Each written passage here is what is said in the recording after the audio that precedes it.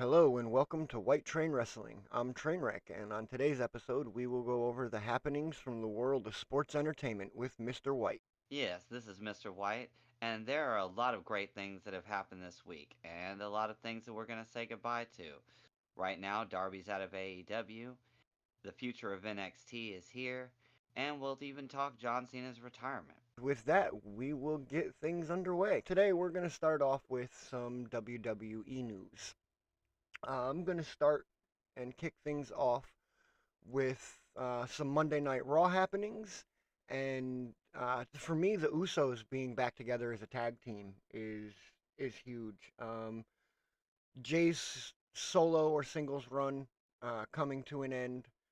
Um, it seems like most people in the WWE universe are happy about that. Um, I'm not necessarily happy. I think his solos run was a great run, albeit there are some things they could have changed about it, but overall it was a great run. However, they need the Usos back in the tag division, in my opinion. And Jimmy and Jay and the Uso Penitentiary being back in the tag fold is exactly what that division needs because the tag division has gotten, especially the men's tag division, has gotten really stale in WWE as of late. Absolutely. And I feel like the Usos going back into the tag division is the lightning being put back into the bottle of that division, on top of, people like AJ Styles and Dragon Lee, who are currently holding the titles. Uh, that gives a firepower and inspiration for great matches, especially when all of these men are known for high flying. And as NXT star Javon Evans is known for saying, getting bouncy. Hell yeah. So next, we will move on to the upsurge of the women's division. Everything about it, the way they're presenting it now is as if it's a main event. Like I can see the women main eventing night one of WrestleMania. They've got Alexa and Charlotte, the Kabuki Warriors, the entire tag team, women's tag team division on Raw is just so strong right now. And they're using that to bolster the singles action as well. This past week, Io Sky, Kairi Sane had an amazing match. Now, granted, that's leading towards tag stuff, but overall, I think the women's division in WWE and specifically on Raw is just very, very strong right now. And like I said, I can see them main eventing night one of WrestleMania. Absolutely. I feel like the women's division over the past several months have laid out a masterclass of legacy work. The women's War Games match obviously got huge responses and led to the situations we're seeing now between the female tag division.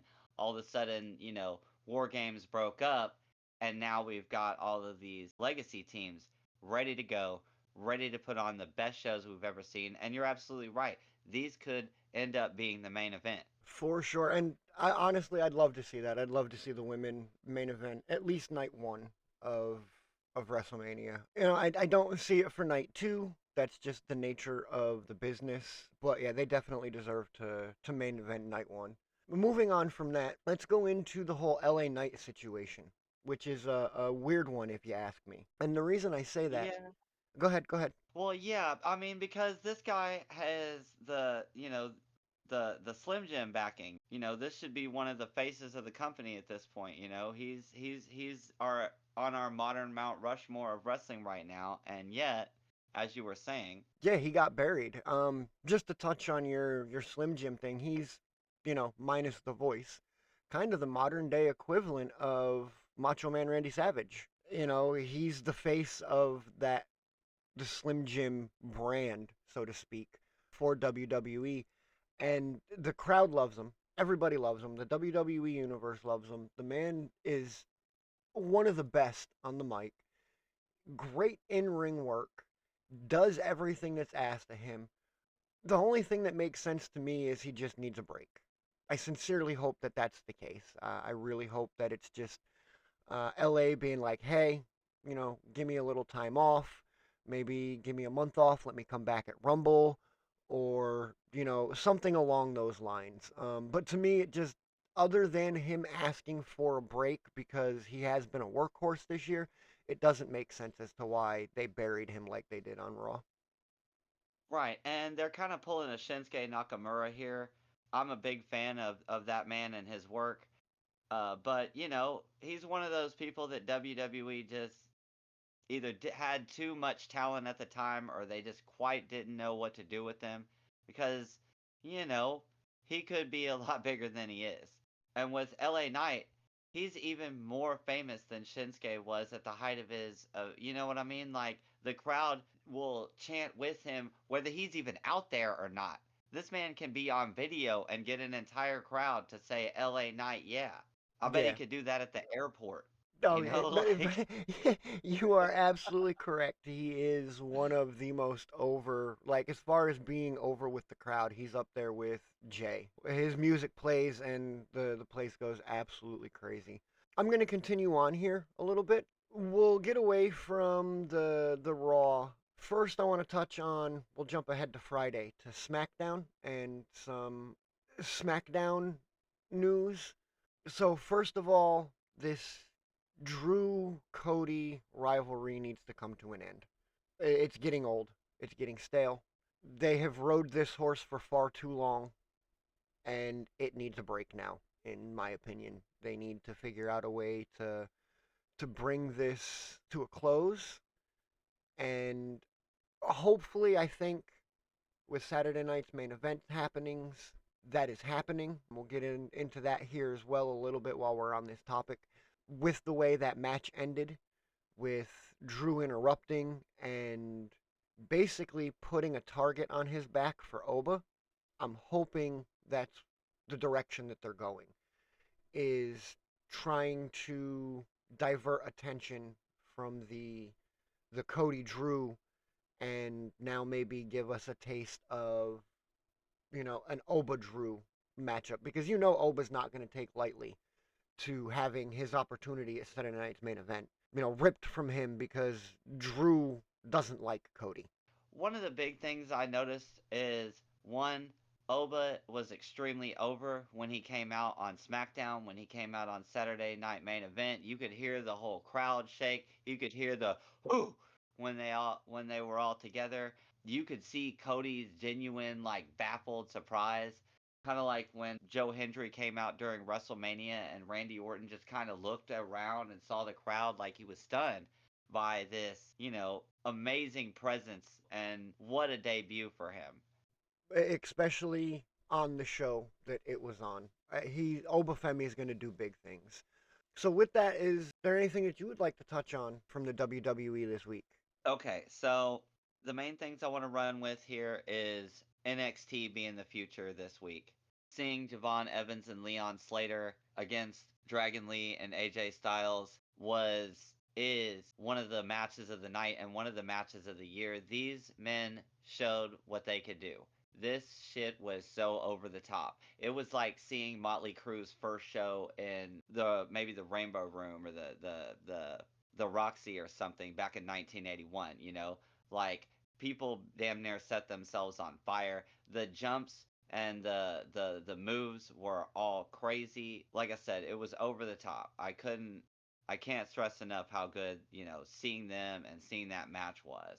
I also loved the Ron Cena intervention, the crazy shit with the Miz all week where he cheated to get in, and then later Ron Cena, our truth, comes out with the ball, and Miz inadvertently summons Joe Hendry, and there for a while I was worried that Hendry was starting to lose some of his crowd fire and fanfare, but this weekend the audience proved me wrong, and I'm very glad to see that because Hendry deserves it. He's really put in his time, and I'm glad to see he's come that far. So just to go back to the beginning of what you said, regarding the NXT stars on Saturday night's main event, they absolutely killed it. All of them did. Oba, Sol Ruka, Javon, and Leon. Those two young men are the future of the industry. Yeah, they absolutely killed it. You really almost have to go back and watch that match on slow motion. It was so fast, it was so high paced. Unfortunately, I am going to bring up the one downside, which is something that you rarely ever see, and that was AJ and his botched phenomenal forearm. Obviously, it's AJ Styles, he gets a pass. I just think it did take away from that a little bit. But other than that, yeah, that was an absolute banger of a match. And, focusing on what you had mentioned being the NXT stars, Javon and Leon absolutely killed it in that match, without a doubt. I couldn't agree more. With that being said, I was also very excited to see Oba.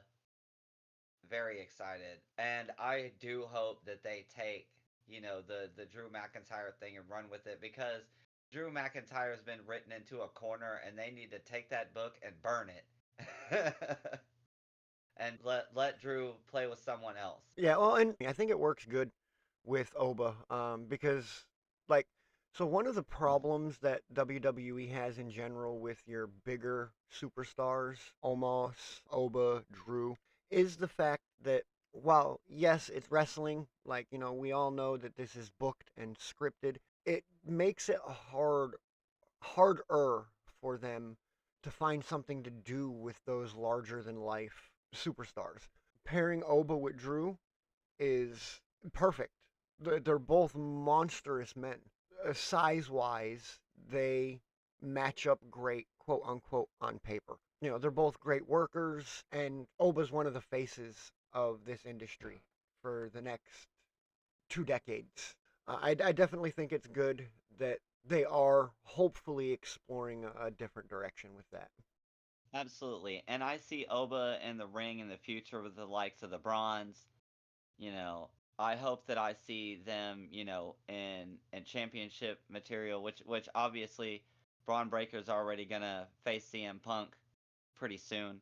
So that's a match that we'll all be looking forward to. I'm glad that Braun Breaker is so over, and I'm glad that Big Bronson Reed is getting a chance to be larger than life, his damn big self. And I hope that I see the likes of them clash against Oba in the future.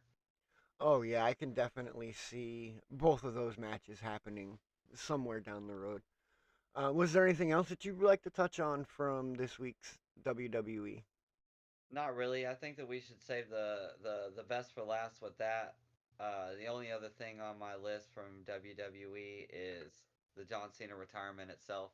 Sounds good. So let's move on to some AEW news. We probably won't get too much into this. I want to lead off with the inaugural AEW Women's Tag Team Champions. I did watch that whole tournament, and the whole tournament itself was good. The finals match was outstanding. Willow Nightingale and Harley Cameron versus Tony Storm and Mina Shirakawa. Surprisingly, to my surprise anyway, Willow and Harley walked out of that as the inaugural AEW Women's Champions. And Tony and Mina both great sports after the match. Like, they even went backstage with Willow and Harley and were celebrating with them.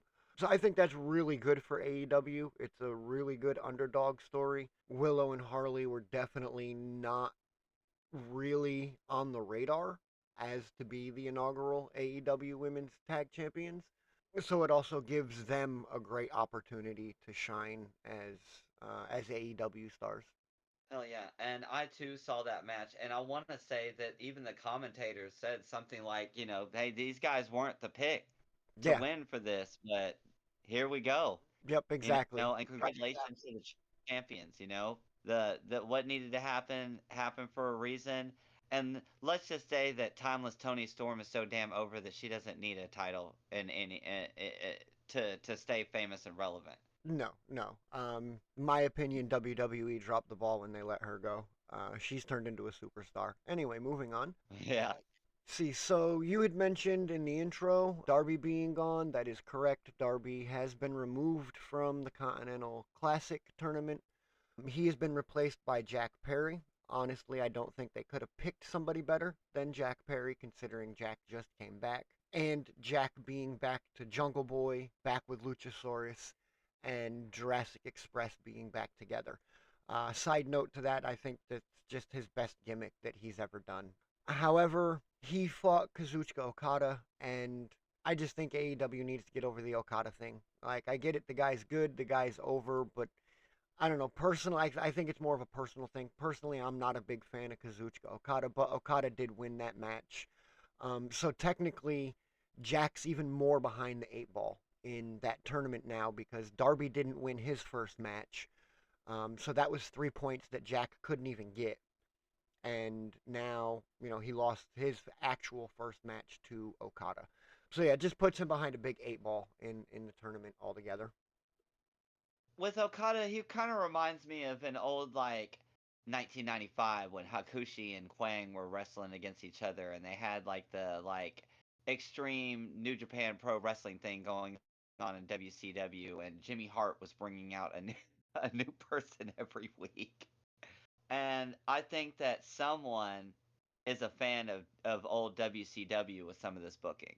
Oh yeah, for sure. The way they do, the way they've done their factions with the Don Callis family and the Death Riders, that definitely gives the old WCW vibes.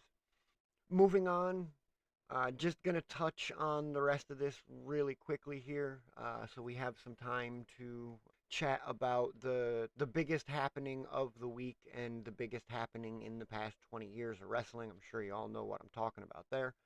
So, speaking of the factions, I'm just bored and over the Don Callis family and the Death Riders. And even the Ops are getting to that level.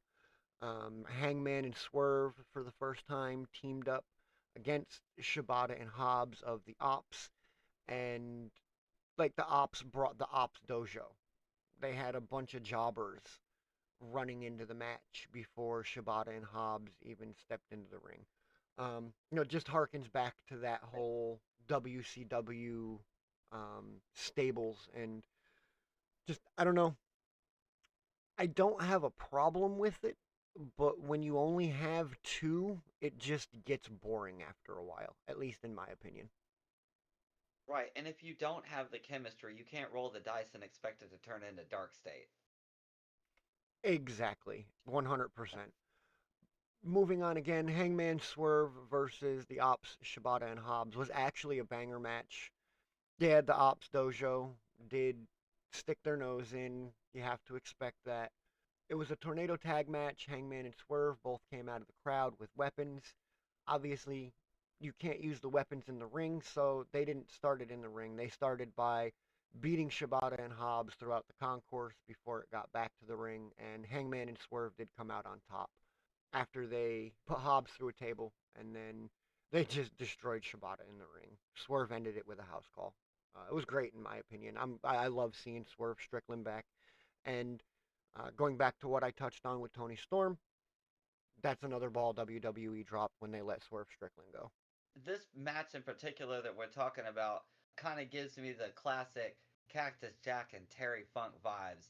Like, you know that something bad is going to happen tonight when the match hasn't even started, and for the first maybe 10 minutes or so, the first half of the match takes place before it even starts.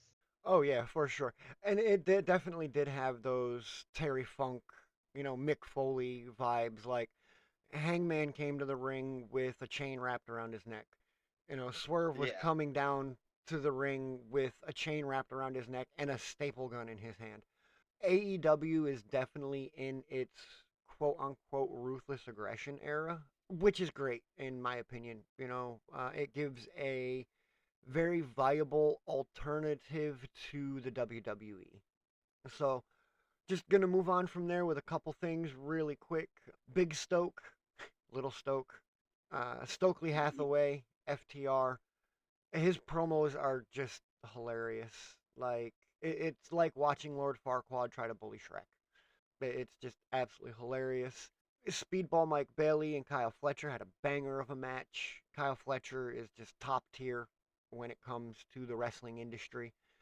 I can see when the time comes, I can see WWE trying to grab him without a doubt.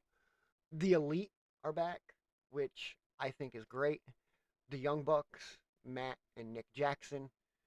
and Kenny Omega and Jack Perry are all working together again. I just think that's much better than the Young Bucks being the quote unquote EVPs. I did not like that story. I get it. They founded the company. They are technically, high ups in the company, but I didn't like I didn't think it was a story in good taste. And I'll leave it Right, at and that. we already experienced 20 years of the click picking the matches And with one that's company. We don't need it in another one. Yeah, and that's exactly where I was at with that. No, I said it was just it's an old played out cliche, and I saw no reason for them to do it. But hey, to each their own. And then the last thing with AEW for the week for me is Samoa Joe. There aren't many people in AEW right now that actually have a history with the man we're about to get into here for a few minutes. Joe is one of them. You really got Samoa Joe, you got Edge. As far as wrestlers, Dustin Rhodes had a little bit, as Gold Dust in his history with Cena. But there's not many wrestlers in AEW, and Joe hitting the AA and then locking in an STF and then just dead stare at the camera and salute was great. I've had people comment to me about how it's a spot in a match and they can't stop you from doing it. Technically, no, they can't stop you from doing it, but you know as well as I do, Tony Khan, being the fan of wrestling that he is, gave Joe permission to do that. Like, there's Absolutely. no doubt in my mind about that. So, yeah, for Tony to, you know, allow Joe to do that during a world championship match on one of their named weekly shows, because this was at Winter is Coming, this wasn't just a regular Dynamite. It speaks volumes for the man that Tony Khan is, in my opinion. If any of the stars that had a history with Cena would have asked him and WWE would have allowed it, Tony would have given any of his wrestlers permission to go to Saturday night's main event and interact with John for the last time in his career. Absolutely. And there are a few bigger names in AEW than Samoa Joe. We're talking about the same man who was in TNA and put over by Hogan as literally the future of wrestling. So the immortal Hulk Hogan himself, rest in peace, put this man over himself. So that just tells you the pedigree and the credentials this man had from the beginning. Oh yeah, 100% agree with you there. So with that, just some basic news and notes from the week in wrestling from WWE and AEW. And now we're going to move on to kind of the elephant in the room, considering. I have one more I have one more AEW news I want to hit before we jump to the other one. Oh, go for it. Okay, so my last one of the week is Ricochet is the inaugural national champion. All right. And I don't know if Ricochet is inspired by A Train from the Boys or if A Train from the Boys is inspired by Ricochet. But this guy was a jobber and now he's the inaugural champion, which means that he's either finally starting to be over enough that this is the character that he's going to be, but it seems like he's kind of half playing a heel, half playing someone who's over, and I'm not sure which way they're going with this yet. But I'm not exactly a Ricochet fan yet, but I'm waiting to see what they're going to do with this. Like, are y'all going to go ahead and let him turn to the dark side, let the crowd hate him, make him, over as a villain? What's y'all's plan with this guy? Yeah, yeah, definitely. I'm not a big Ricochet fan myself. I don't know. It will be interesting to see what they have planned for him, for sure. Just because, like you said, he's never been a very big personality in wrestling. His time in WWE was very lackluster. He coming into AEW, it was a pretty explosive entrance. But that was just it. It was just the entrance. and now he's the inaugural national champion. So we'll see where it goes. We'll see where they take him from there. If as you said, they're building him up to actually give him a push, or if they're just building him up to be the resident heel and transition champion in AEW. We'll see. Absolutely. I'll keep an eye on this because, this is just kind of me putting a bookmark here and going, hey, this is of interest. Perhaps later this will be of great interest. Oh yeah, without a doubt.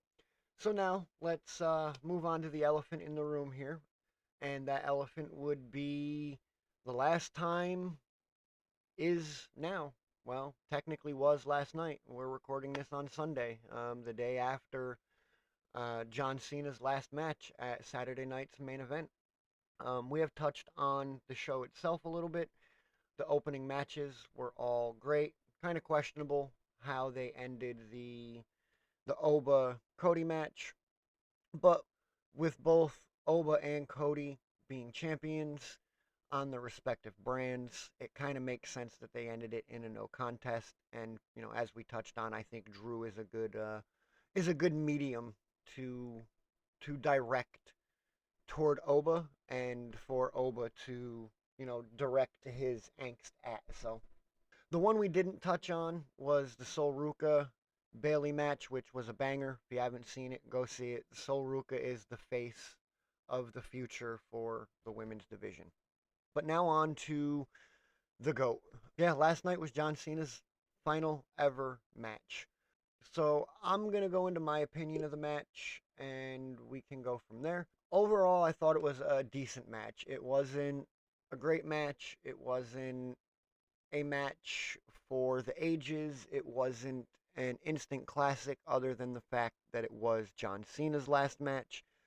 It was just in my opinion, your average run of the mill wrestling match that was amplified by the fact that A, it was John Cena's last match, and B, it was Gunther who was given the privilege to wrestle him in his last match. Now, touching on that, that's the second pretty big name that Gunther is retired this year. So, will we see more of Gunther retiring legends moving forward? It's a very good possibility. But yeah, so like I said, for me, it was a mid match, very emotional match for me. I'm 45. I've been here since the beginning. So to watch John take his shoes off, take his armbands off, and set everything down in the middle of the ring and walk out of the ring for the last time was a pretty emotional happening. I don't know. So where do you stand on the match as a whole? Okay, so just talking about the match, I saw kind of what I expected to see and some of the things that I wanted to see. I saw the Avalanche AA. I saw that while we knew that this was going to end in a tap out, or at least, it was very projected that that was what was going to happen. I saw, that John made it difficult, that the story was sold, this wasn't like when Gunter wouldn't sell the tap out for Jay when he won the title. This was very different. And, at the end, he just, smiled at the camera and, gave the tap, and the match was over. And of course, the crowd lost their damn minds when Triple H came out later to do the interview and the post show. Uh, he actually kind of laughed and said, "I'm actually disappointed. I expected the boos to be louder." That is absolutely hilarious. I didn't see that on the post show, but that is absolutely hilarious. Um, and one thing for me that was kind of anticlimactic was his exit. You know, and I guess it's just based on what I'm used to seeing. The most recent example I can give is Goldberg. Granted, Goldberg got jacked out of his limelight, but I'm used to seeing when a wrestler calls it quits. They grab a mic in the ring, say a few words before they leave. So in that aspect, I thought John's exit was decently anticlimactic. Everybody came out. He gave Hunter a hug. He watched the video. He walked out of the ring. He saluted and went on with it. Now, his final words, it has been a pleasure serving you all these years. Thank you. That means a lot and that holds a lot of weight. But I guess I was just hoping for him to grab the mic one last time. Right. And And for someone who's known as the man with the mic, when you have a one of your earliest career rivalries is against The Rock back in, I'd say, 2005, where he's literally telling you that you come out to the ring looking like a bowl of fruity pebbles and you have to on the fly come up with some stuff to say. John is known for the gift of gab, and I too kind of expected a rallying of the troops, if you will. One last, get everybody to scream one more time. But no, it was calm and respectful, like the end of a service. yeah, like I said, so for me, it was kind of anticlimactic. But, John earned the right to go out and retire however he pleased. So if that's how he wanted to do it, the man earned that right to do it that way. And for me, that goes the same with the way the match ended. You go back and you watch the tap out, he was smiling. And as we were watching last night, you even mentioned that his tap out was almost the you can't see me when he tapped out with a smile on his face. That man gave his everything to sports entertainment and to wrestling. So he, of all people, earned the right to go out however he chose to and however he wanted to. So, in my opinion, I have no problem with him tapping out. I get it. That's not what anybody else wanted. Is it what I wanted? No. Do I have a problem with it? No. Right. And I had to deal with the kind of the emotional uh break of that moment because, this was that that crossroads point. That point where, something great is going up and something great is going down at the same time. And, NXT was kind of the silver lining, but everything in the arena was in gold. And how do you hold a silver lining to gold like John Cena? Exactly. It's kind of hard to do. But yeah, Right. with that, the greatest career in sports entertainment history uh, came to a close last night. It's a new era. It's a new era in sports entertainment with John kind of passing the torch on to Gunther. And Gunther's more than earned to be in that position, without beyond a shadow of a doubt. Gunther more than earned to be in that position. Could there have been better choices? Yes. The Miz might have been a better choice in some people's opinion. I think one of the better choices would have been Randy, which I don't understand why Randy was not even in the building. That didn't make a lot of sense to me, but is what it is. They have him in Saudi Arabia promoting the Royal Rumble. Right. And, I think it's important to touch on the fact that if Saudi Arabian royalty, for instance, specifically asks for Randy Orton, it's very likely that they're going to get what they asked for, Like that's who that country loves. If that's who that country loves, awesome. That I love that Randy Orton is such a big deal that he was called into almost an ambassador position, and that's the reason why he wasn't there because that better be the only reason why he wasn't there. Yeah, pretty much, and that's exactly what it is. You know, he was in Saudi Arabia being exactly what you said, an ambassador and promoting Royal Rumble. But yeah, so my last thoughts on that are simply this: thank you, John Cena. Thank you for everything. 20 plus years of hustle, loyalty, and respect. You earned the right to finally give up. And I wish you nothing but the best in your future endeavors. I can't wait to see what you do next. And yeah, I'm actually kind of excited to see you in a WWE ring in a suit and a tie, my man.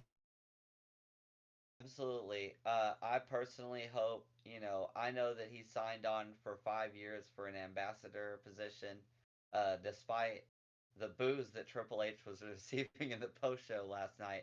Triple H revealed a lot about that, and I recommend everyone don't watch the whole post show. Skip to about 30 minutes and then kind of look for Triple H to come out, all right? And you'll find what you're looking for, and, let Triple H tell you a lot about what the happenings are going to be. And, this isn't the last time we're going to see John Cena, but it is, you know, the last time that you're going to see him compete in the ring. Those shoes came off for a reason.